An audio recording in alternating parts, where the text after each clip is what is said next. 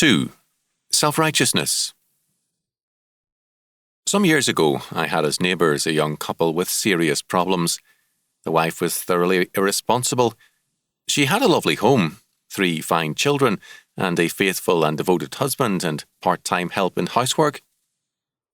The husband and the help did much of the work, and the wife sometimes disappeared overnight, especially on weekends, with one or another boyfriend.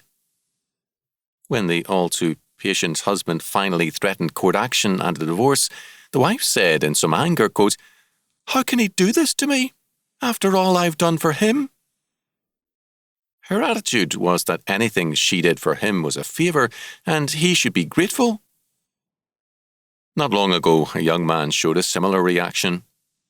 His parents had provided him with an excellent education, helped buy him a home equal to theirs, and given him and his wife a vacation to Hawaii, a new car every 3rd year, and still more, yet he failed to meet his ordinary responsibilities like a man. When the father demanded some responsible action from the young man and his wife, the son angrily rejected the advice. "What have you ever done for me all these years?" he complained. "You were always too busy working to spend time with me before, and now you want to run my life."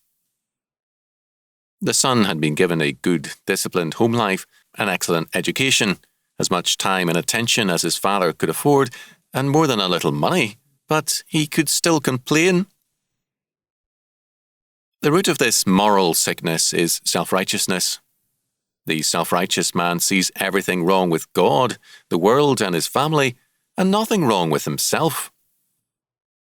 The self-righteous man has a revolutionary answer for all problems. Everything around him must change, and he must remain the same. By definition, he himself is the ultimate standard and judge.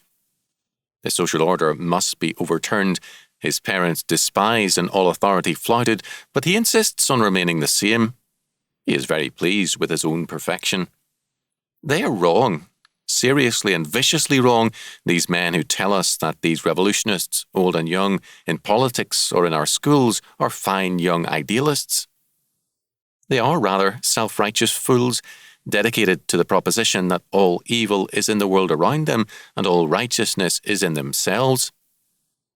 This is why Scripture is so emphatic in declaring that no man is saved by self-righteousness. Quote, "For by the works of the law shall no flesh be justified." Galatians 2:16. No man gains a do-it-yourself salvation or perfection.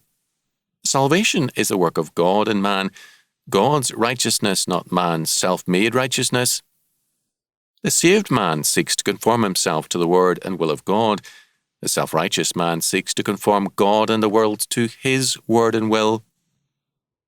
The self-righteous man makes his own will his law. He replaces the law of God with man-made traditions of his own devising. Today, self-righteousness has been made a virtue, old and young busily cultivating it. We are in trouble. The world of self-righteousness is a world of anarchy. The story about the young wife is 20 years old.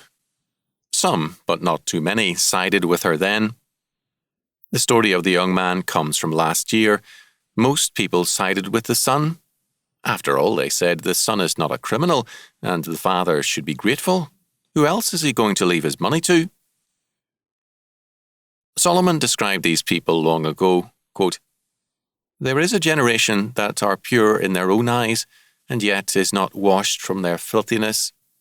Proverbs 30:12. The destiny of such people is to be washed out of history by God's judgment.